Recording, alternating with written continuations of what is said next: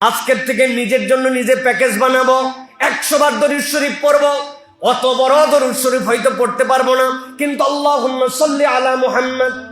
আপনি প্র্যাকটিক্যালি যদি দেখেন, ঘড়ি ধরেন, আপনি যদি বলেন আল্লাহুম্মা সাল্লি আলা মুহাম্মদ সাল্লাল্লাহু আলাইহি ওয়াসাল্লাম সাল্লাল্লাহু আলাইহি ওয়াসাল্লাম সাল্লাল্লাহু আলাইহি ওয়াসাল্লাম সাল্লাল্লাহু আলাইহি ওয়াসাল্লাম সাল্লাল্লাহু আলাইহি ওয়াসাল্লাম সাল্লাল্লাহু আলাইহি ওয়াসাল্লাম সাল্লাল্লাহু আলাইহি ওয়াসাল্লাম সাল্লাল্লাহু আলাইহি ওয়াসাল্লাম আল্লাহুম্মা সাল্লি আলা মুহাম্মদ, মাত্র 30 সেকেন্ডে আপনি 10 বার দরুদ শরীফ পড়তে পারেন।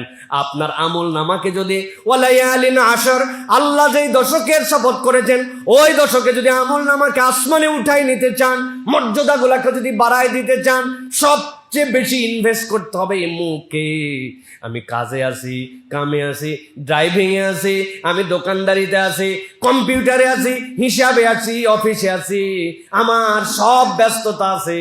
আমার হাত কম্পিউটারে কাজ করে, আমার চোখ এইটা দেখে, আমার কান দিয়ে হয়তো শুনতে হয়, কিন্তু মানুষের সবচেয়ে বেশি কম ব্যবহার করতে হয় মুখকে। ওই সময়টুকু বান্দা আল্লাহর জিকিরের মধ্যে নত হয়ে যাবে। টার্গেট করেছে আজকে সুবহানাল্লাহ বলবো 100 বার, আলহামদুলিল্লাহ বলবো 100 বার, আল্লাহু আকবার বলবো 100 বার, লা ইলাহা ইল্লাল্লাহ।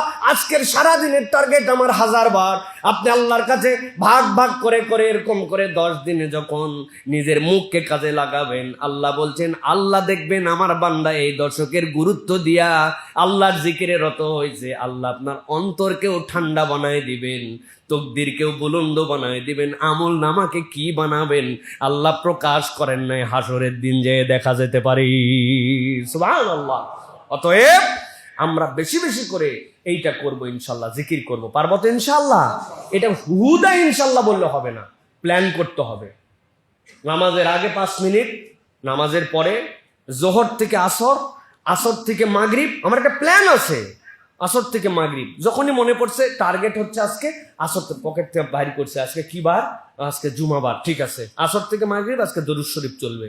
ভুলে গেছি, শনিবারেরটাতে লিখছিলাম, সকালবেলা একটুখানি বসে লিখে ফেলছি, জোহর থেকে আসর, আসর থেকে মাগরিব, মাগরিব থেকে এসা, বিছনায় শোয়ার পরে।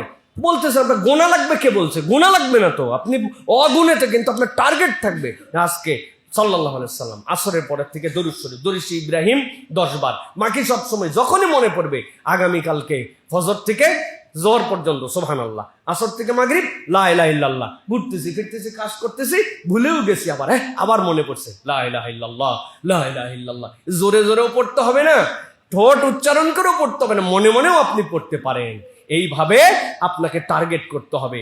আর একটা জিকির আছে, সব আমলের সাথে জিকির। খাওয়া শুরুতে বিসমিল্লাহ পড়তে হয়।